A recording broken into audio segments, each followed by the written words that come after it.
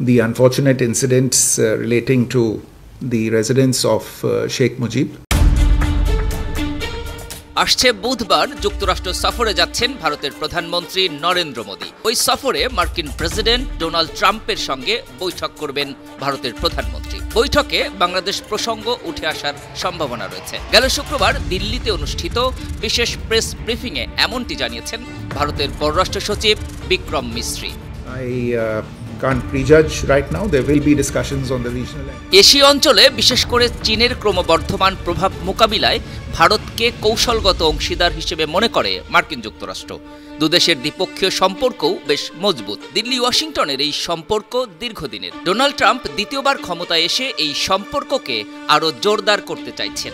এরই ধারাবাহিকতায় ক্ষমতায় যেই হোয়াইট হাউসে নরেন্দ্র মোদীকে ডাক দিলেন ট্রাম্প।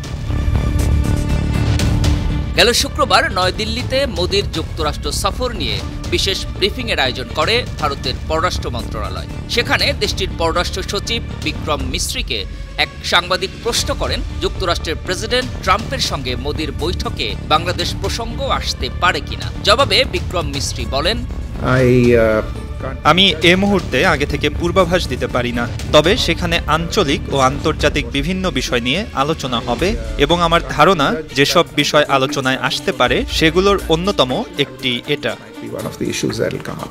ধানমন্ডি ৩২ নম্বর শেখ মুজিবুর রহমানের বাড়ি ধ্বংস এবং বাংলাদেশের বিভিন্ন স্থানে বাড়িঘরে আগুন দেওয়ার বিষয়টিও প্রেস ব্রিফিংয়ে উঠে আসে।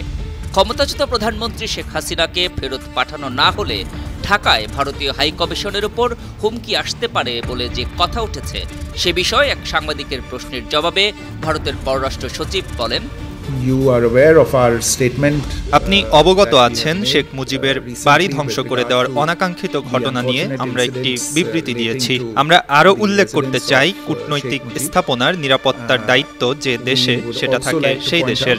আমার কোনো সন্দেহ নেই যে এ বিষয়ে বাংলাদেশি কর্তৃপক্ষ তাদের দায়িত্ব সম্পর্কে সম্পূর্ণ অবগত।